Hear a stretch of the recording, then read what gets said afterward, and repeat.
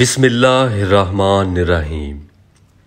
قرآن حکیم کی درست سمجھ کا انسانی سمجھ میں آ جانا رب تعالیٰ کی بہت بڑی عطا ہے، اور دوسری حقیقت کہ فہم القرآن کا نور عقل کے پاک لطیف درجہ عقل سلیم میں ہی اترتا ہے اور استقرار پکڑتا ہے، جس کی مدد سے عقل سلیم رکھنے والے اللہ کے محسنین بندے قرآن کی بتائی ہوئی ظاہری و مخفی راہوں کا تعین کر کے اپنی بندگی کی مسافتیں طے کرتے ہوئے آگے بڑھتے چلے جاتے ہیں۔ اس بات کا ثبوت اس آیت میں ہے، جس میں یہ بھی واضح کر دیا گیا کہ اللہ اپنے محسنین بندوں کے ہر پل ساتھ رہتا ہے۔ اس کے برعکس جن ناپاک عقلوں پر نفس امارہ کی غلاظت اور خناس کے وسوسی پردے پڑے ہوں تو وہ قرآن سے نور حاصل کرنا تو دور،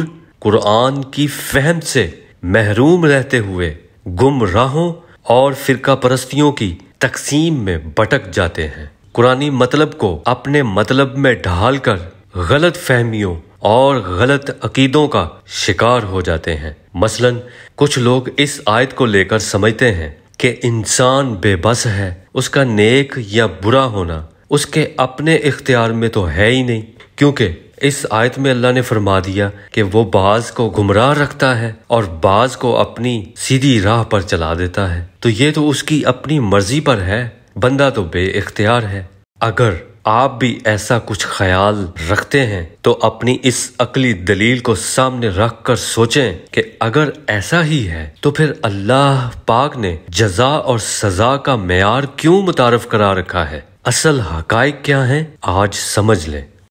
ابھی وضاحت جاری ہے، اسے توجہ سے سمجھیں، اور اگر آپ بڑے دل والے ہیں تو اس آگہی ٹی وی کو سبسکرائب کر لیں، اس سے آپ کو فائدہ ضرور ہوگا انشاءاللہ۔ سب سے پہلے یہ سمجھ لیں کہ ہر انسان اس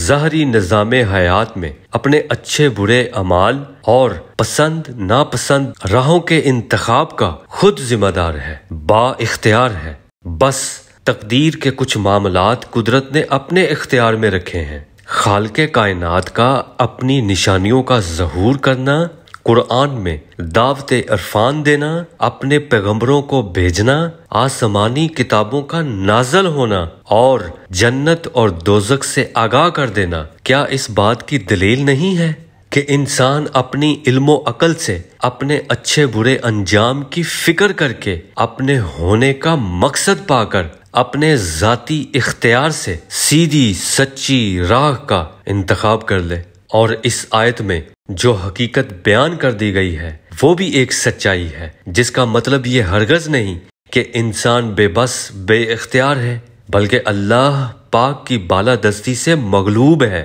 اللہ غالب ہے، مخلوق مغلوب ہے، لیکن اللہ اپنی بالادستی کو پورے انصاف اور حکمت سے استعمال کرتا ہے، کیونکہ وہ مالک و مختار اور بالادست ہونے کے ساتھ ساتھ حکیم و دانا بھی ہے۔ مطلب کہ یوں ہی بغیر کسی معقول وجہ کے جسے چاہے ہدایت بخش کر اپنی راہ پر چلا لے اور جسے چاہے خواہ مخواہ ہی بھٹکا دے، ایسا نہیں ہے۔ اس کے ہاں جس کو ہدایت ملتی ہے معقول وجوہات سے ملتی ہے، اور جس کو راہ راست سے محروم کر کے بھٹکنے کے لیے چھوڑ دیا جاتا ہے، وہ خود اپنی گمراہی اور دنیا پسندی کے باعث اس سلوک کا مستحق ہوتا ہے جس کے اندر فسق کی موجودگی اس کی گمراہی کا سبب بنتی ہے۔ فسق ایک اندیکھی دیوار کی طرح ہے جو نفس کی غلاظت اور شیطانی وسوسوں سے وقت کے ساتھ ساتھ تعمیر ہوتی رہتی ہے، جس کی مضبوطی اور اخیر دیکھ کر اللہ گمراہی کی مہر لگا دیتا ہے۔ ایسا گمراہ اور فاسق انسان قرآن کا مطلب الٹ نکالتا ہے، فرقہ پرستیوں میں مصروف رہتا ہے، قرآن کے کچھ پسندیدہ حقائق کو مانتا ہے اور کچھ حقائق کو اس لیے رد کرتا ہے، ان میں کجی تلاشتا ہے، غلط مطلب اخذ کرتا ہے، کیونکہ وہ اس کے ذاتی پسند کے عقیدے سے نہیں ملتی اور اس کے دینی فرقے کے مطابق نہیں ہوتی۔ وجہ اس کے اندر فسق کی وہ دیوار ہے جو ہدایت اور حق بات کو اس کے دل اور کامل عقل تک پہنچنے نہیں دیتا۔ اب آپ اس آیت کو بہترین طریقے سے سمجھ لیں گے کہ اللہ کن لوگوں کو ہدایت نہیں دیتا اور کیوں گمراہ کر کے چھوڑ دیتا ہے۔ آگہی ٹی وی کے ویڈیوز کو لائک کریں، کمنٹس کریں، شیئر کریں۔ شکریہ۔